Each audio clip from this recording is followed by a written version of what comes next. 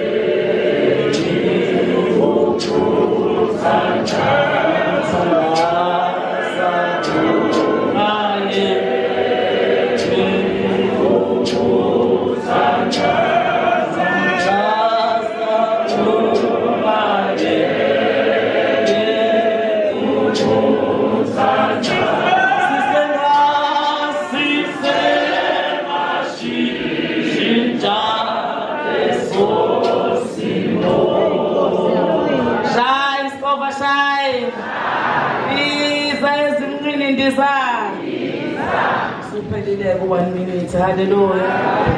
Okhulu kuzithoba ngibingelela ukhulu bami ophezulu ngibingelele ubaba wethu uSina Bishop uMashinini siyathoba ngaphansi kogcobo lakho baba. Siyathoba ngaphansi kogcobo lonke uBishop abakhona ngaphakathi oRev nabo bonke nje abagcotshwa benkosi. Amen. Sizobingelela mawethu Lady Sina Bishop uMashinini mawethu siyathoba ngaphansi kogcobo lakho. Hallelujah. Sizobingela yonke inkanyezi bonke abagcotshwa oma bethu abakhona lama graduates amahle kangaka. Hallelujah. Siyabonga abazalwane nebandla lonke nje kaNkulunkulu. Siyabonga nabantu abasha nabahlabeleli bethu. Siyabonga kakhulu bazalwane mphathi ohlelo. Ngiyabonga ukuthi ngiphela 2 minutes. Hallelujah. Ngokukhethekile ngibingelele osingabo umndeni abasimelane. Hallelujah. Bazalwane ngokuba amaphosa nje ubethi nje angibe nezwi kahle kahle bengizongena encwadini kaSamuel. Bengizongena encwadini kaSamuel manje simelane nobaba usimelane kodwa ngenxa yesikhathi ngeke ngisangena encwadini kaSamuel. Senoyifunde emakhaya ukuthi uSamuel wazalwa intombi kwakuthiwa uHana. Intombi yakuthiwa uHana kwakuthunjwe isibeletho sayo ingabathola abantwana. Uma kuthunjwa isibeletho sikaHana ingoba esibelethweni saHana khona into especial wafanele ihlale kusona. Wafanele ihlale umuntu oyisiprofethi. Athi mase yisiprofethi babusimelane bese ethobela imiyalelo kaNkulunkulu.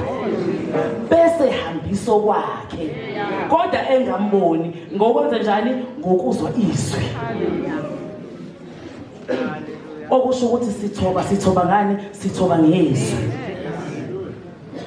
uHana wathola umntwana okuthiwa uSamuel. Memthola lo mntwana usethi ndiyanikela ngaye ethempelini. ukuthi enze imisebenzi yethempeli.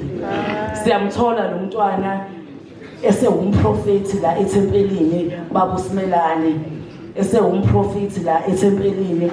Samthola ehamba la ethempelini, kuyena oshisa yonke iminikelo engaphakathi, impepho zangaphakathi ethempelini, enkulu ethempeli, esebenza ngokuthembeka phambi kwaNkulunkulu. Yazi uNkulunkulu wehlisela esinye isibusiso phekwa Samuel.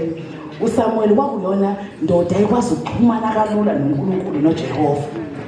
uNkulunkulu uSamuel, ngoba lo mntwana uyisibusiso, khumbula ukuthi wayeceliwe, wathembeka uma wakhe enikele ngaye. Uthe masephakathi ethempelini mama uSimelane wasebenza ngokuthembeka, nani ngithi sebenzani ngokuthembeka. Nihambe kahle phambi kwabazalwane kuze kufike isikhathi senu sokuthi nani uNkulunkulu animelisele kwi-level elandelayo. Wathi esekhona uSamuel ngaphakathi ethempelini waficwa isikhathi sokuthi usemdala. Uthe maseficwa isikhathi sobudala bakhe, kwathiwa akahambe ayofuna inkosi ezokusa ezoba umprofeti esizweni saka-Israyeli. Wahamba njengokuyalelwa yizwi laJehova. uSamuel wayengayenzi into engazange ezwe izwi. Wayeqala lele izwi kuqala bese yenza ukuthi uJehova uthini. Ngoba uyingozi umzalwane owenza engalilalelanga izwi. Ngoba uzokhuluma athi uyashumayela vele asithuke la enkonzweni.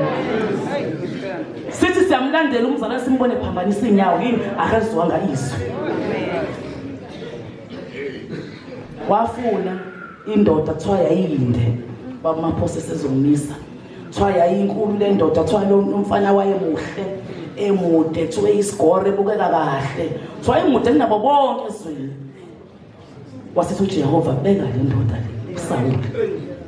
Wambeka uSawuli njengoba nibekwa nje bafowethu namhlanje. Uthe masembekile uSawuli wabusa, wasenikeza umyalelo uSawuli. Lalela-ke Sawuli, uSamuel usekhulile, usemdala, ngoba siyambona bapha uSimelane ukuthi hayi usemdala. Lalela-ke weSawuli, hamba kahle ebandleni bese ulalela umthetho kaNkulunkulu. Ungalinge wenze nesisodwa isono uNkulunkulu angakuyalelanga sona. Ungazishintshi inyawo zakhe esizweni, hola lesisizwe ngokuthembeka bese ulalela izwi. Samuel ngokuthi uyaziwa, thoka kwindoda endi ibukeka kahle, wamdaka umbuso, wamdaka ugqoka impulampula. Waqala uSawuli manje wenza into ezingalungile ebandleni. Waqala manje wenza izinto uNkulunkulu engamlalelanga zona. Into ayenza yaba yodwa, wamphuca ubukhosi. Wasephinde yalela uSamuel ukuthi awuhambe uyofuna enye inkosi. Wahamba wofuna uDavide. Wamthola uDavide. uDavide walandwa ekwaluseni, engalutho bekhona abafowabo beyizinto ezinkulu. Kodwa uDavide yena kuthiwa walanda ehlathini ekwaluseni ngokuthi wayekhethiwe uJehova. Wathobela umthetho, wahola isizwe ngokuthembeka. Wabuyela kuphi? Ehlathini, waqhubeka wamelusi.